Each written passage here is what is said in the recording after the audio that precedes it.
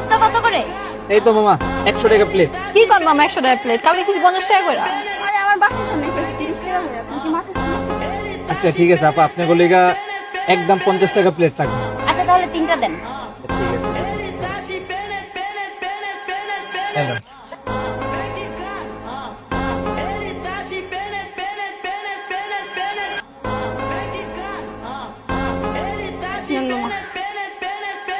ঠিক আছে আপু। ভাইয়া বিল কত হয়েছে? আপু বিল হইছে 3 জনের 150 টাকা। আচ্ছা দিচ্ছি আমি।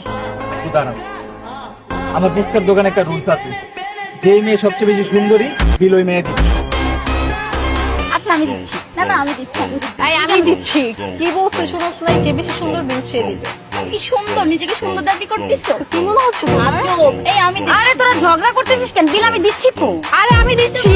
ভাইয়া কি বলছো শুনিস নাই? বলছি। আপু আপনারা 3 জনই সুন্দরী, বিলটা আপনারা 3 জনই দেন। ঠিক আছে আপুরা, বাই। চলো।